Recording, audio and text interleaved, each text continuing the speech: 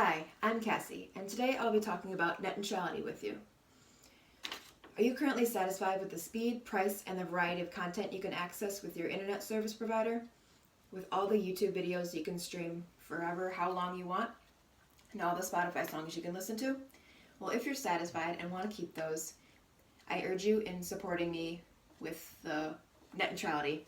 The idea of net neutrality is the fact that all the data on the internet is treated as equal, which means ISPs, internet service providers, cannot throttle data, cannot charge higher prices for better service, and they can also not ban websites. So the idea of net neutrality was not too popular in previous years due to the fact there was never really an issue with it. So, in fact, that it was so rare that SNL had to do a sketch on it in order to inform the public about it, which I thought was quite concerning, the fact that people didn't know about it, but it wasn't really their fault because there wasn't an issue. But I found that very interesting how they chose to inform people through the medium of entertainment, which is a great thing to do because in America we have a very high quality entertainment industry. So the reason this is an issue is the fact is that Trump's administration and the FCC, which is the Federal Communications Committee, has recently decided to try to repeal the laws of net neutrality that Obama had set into place in 2015 when he was as president. And if this happens and we lose net neutrality, there will be huge repercussions and the internet will never be the same. So why do we absolutely need net neutrality? Well, let me tell you a few reasons. The main core reason that we need net neutrality is to have a decent environment on the internet. If we don't have net neutrality, our internet service and our internet experience in general will be very low. So, if we don't have net neutrality, we'll be paying higher prices, many sites will be banned, and the corporation greed of ISPs will increase to an all-time high. So let's talk about the higher prices that we will encounter.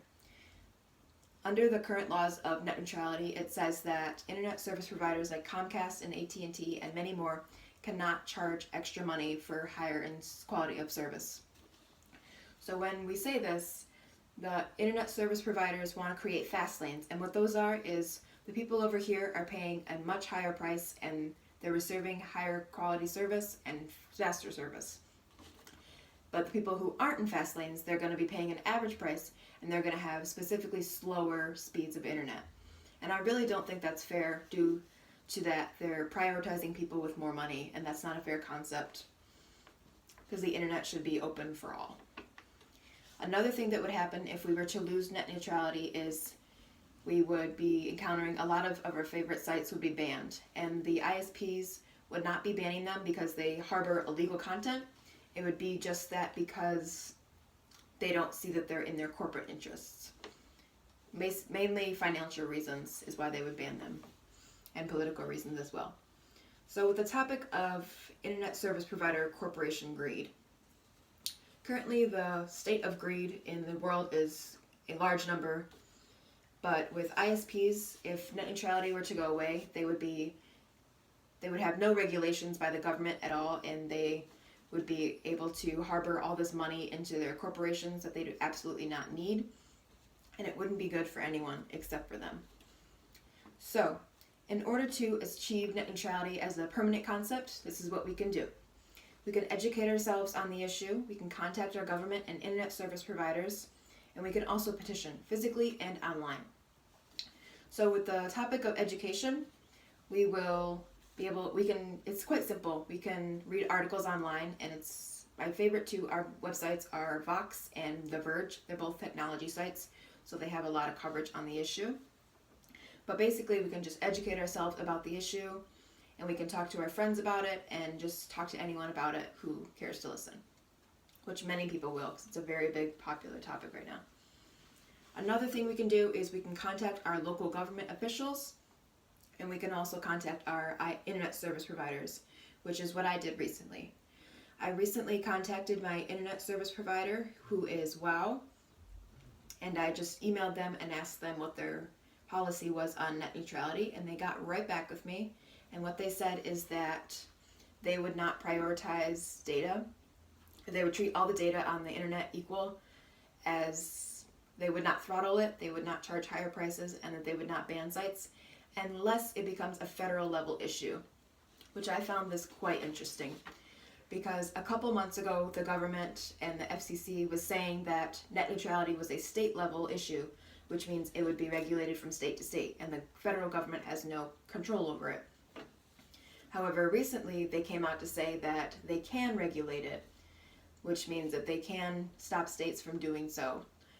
For example, California right now has passed a huge net neutrality bill that will affect everything if it goes through on its final hearings. It's passed one so far, so that's great news. States like Colorado and Oregon are also trying to do the same with the issue, but the government recently came out and said that that's not allowed. So they obviously are a little perplexed on the issue. Another thing that we can do is petition. And if you want to go out and physically petition in the streets, you can go ahead and do that. But I find it much more convenient to petition online. And it's a lot more convenient for everyone. And the fact that it's online and it's an internet issue, I would just do it online.